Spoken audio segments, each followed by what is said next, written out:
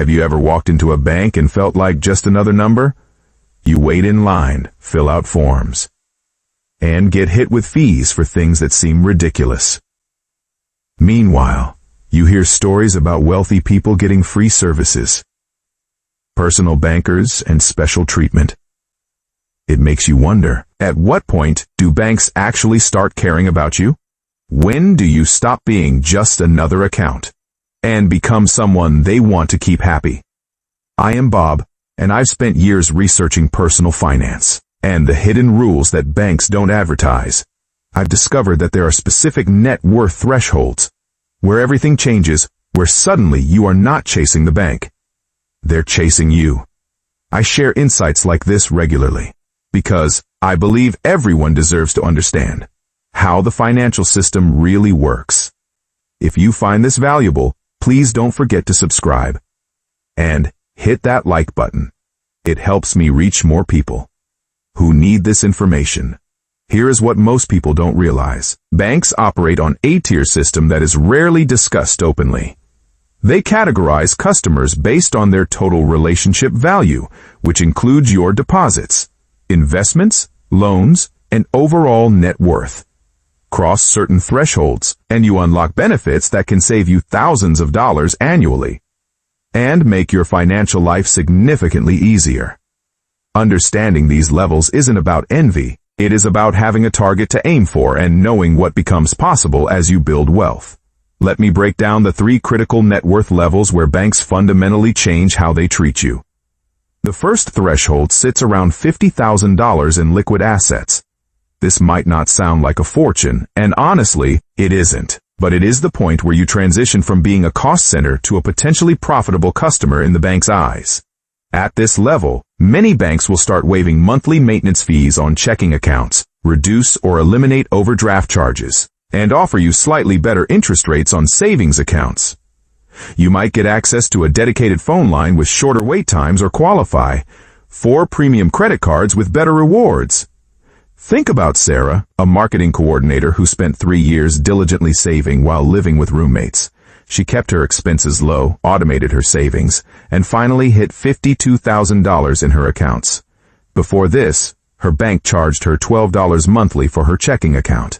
That is $144 yearly, just for the privilege of keeping her money there. Once she crossed that threshold and moved her accounts to a bank with a $50,000 fee waiver program, those fees disappeared. She also qualified for a credit card that gave her 3% cash back on dining and travel instead of the 1% she was getting before. Over a year between the eliminated fees and better rewards on her $10,000 in annual spending, she saved over $400. That is real money that stays in her pocket just because she hit a specific number. Compare that to James, who kept his money scattered across multiple accounts, never consolidating.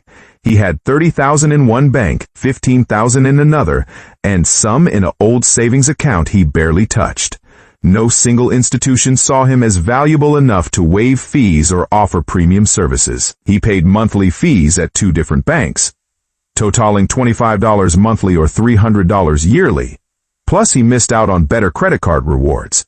Same total money, completely different treatment. All because he didn't understand how banks evaluate customers. The second threshold is where things get really interesting. $250,000 in investable assets. This is the magic number where you typically qualify for private banking or wealth management services. At this level, you are assigned a dedicated relationship manager, someone whose job is literally to make your banking experience smooth and help you optimize your finances. You get free wire transfers that normally cost $30 to $50 each. You receive significantly better interest rates on mortgages and other loans, sometimes half a percentage point lower, which on a $400,000 mortgage saves you roughly $40,000 over 30 years. Your investment fees drop dramatically, foreign transaction fees disappear, and you get access to exclusive investment opportunities not available. 2. Regular customers. Consider Michael and Jennifer, a couple who both worked in tech and aggressively saved for 7 years. They lived below their means, maxed out retirement accounts, and kept building their taxable investment account. When they hit $270,000 in combined investable assets, They moved everything to a bank offering private banking. At the $250,000 threshold, suddenly, they had a banker named Patricia who knew them by name and answered her phone directly. When they wanted to buy a rental property, Patricia arranged a mortgage rate that was 0.4% lower than the standard rate, saving them about $350 monthly. When Michael needed to wire money for a business investment, no fee. When they traveled to Europe, no foreign transaction fees on their debit cards, saving them another $150 on their trip. They estimated the relationship saved them over $6,000 in the first year alone, not counting the value of having someone they could call with any financial question. Now contrast this with David, who had $300,000 but kept it fragmented. He had $120,000 in a brokerage account paying 0.75% in annual fees, $100,000 in a high-yield savings account at an online bank, $50,000 in his local bank, and $30,000 in an old 401k from a previous employer.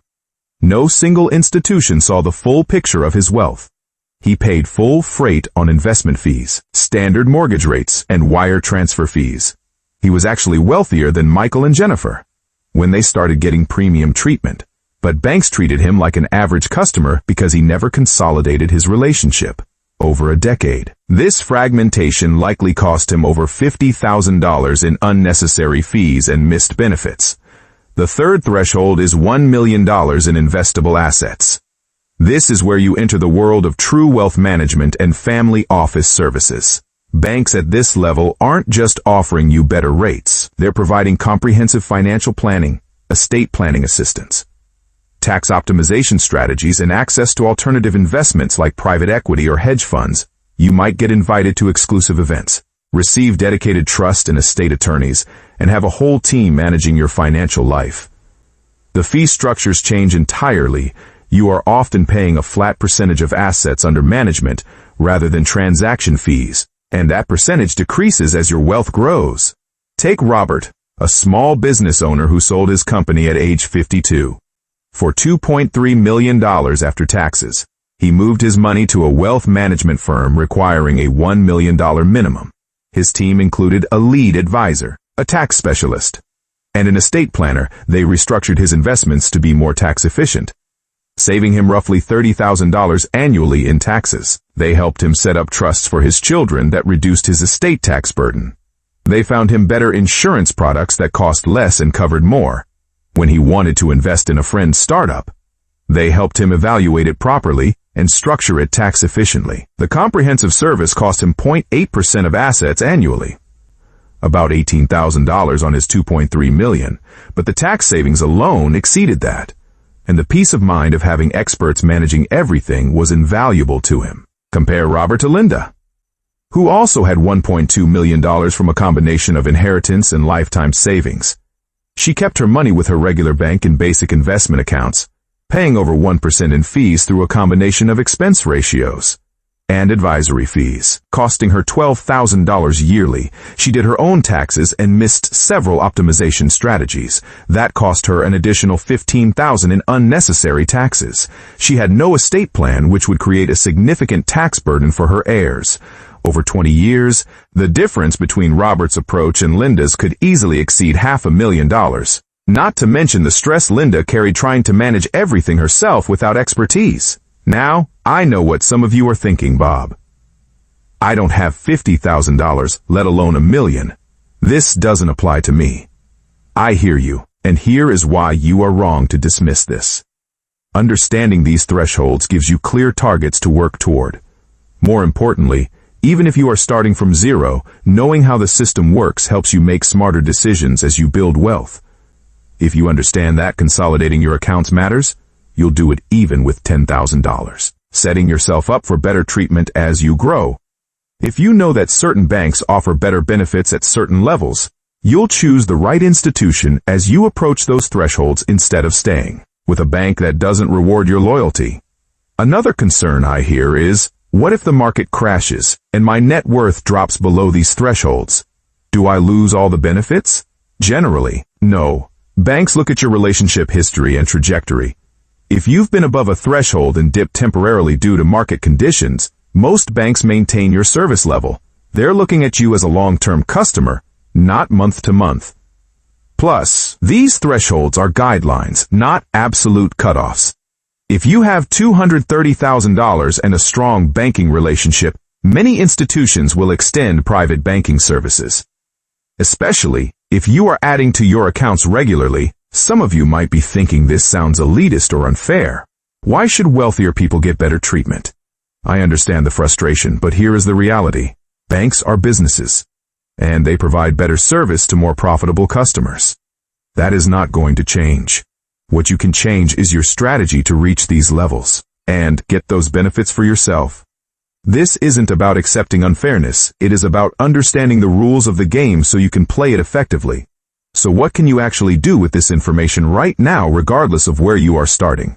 First, take inventory of all your financial accounts. Write down every bank account, investment account, retirement account, and their balances. Calculate your total liquid net worth. This gives you a baseline and helps you see how close you might be to a threshold. You might be surprised to discover you are closer than you think. Second, research which banks offer benefits at which levels. Not all banks have the same thresholds. Some offer premium services starting at $25,000, others at $100,000. Some credit unions offer excellent benefits at much lower levels than big banks. Make a list of institutions that align with where you are now and where you'll be in 2 to 3 years based on your savings rate. Third, consider consolidating your account strategically. If you have money scattered across multiple institutions and none of them see you as a valuable customer, you are leaving money on the table. Moving your accounts to 1 or 2 institutions where your combined assets cross a benefit threshold can immediately unlock value. Just make sure you are not sacrificing better interest rates or investment options in the process. Run the numbers. Fourth, automate your path to the next threshold. If you are at $30,000 and the next meaningful level is $50,000, calculate how much you need to save monthly to get there in a specific time frame. If you can save $1,000 monthly, you'll hit that threshold in 20 months. Automate those transfers so it happens without you thinking about it. Having a specific target makes saving feel more purposeful than just accumulating money aimlessly. Fifth, before you reach a new threshold, start building a relationship with the institution you plan to use. Banks are more likely to extend benefits and be flexible if you are already a customer with a track record. If you have $30,000 now and are targeting $50,000, move your accounts to your target bank now. By the time you hit $50,000, you'll have a relationship history that makes the transition to better services smoother. Here is the bottom line. The financial system has rules that benefit those who understand them. These net worth thresholds aren't secrets that banks advertise, but they're not hidden either. They're part of how financial institutions operate, and now you know them. Whether you are just starting to build savings, or you are approaching one of these levels, this knowledge gives you power. You can make strategic decisions about where to keep your money, how to structure your accounts, and what becomes possible as you build wealth. This isn't about becoming obsessed with impressing your bank. It is about ensuring that as you work hard and save diligently, you are getting every benefit you've earned. It is about not leaving thousands of dollars on the table in unnecessary fees and missed OP opportunities.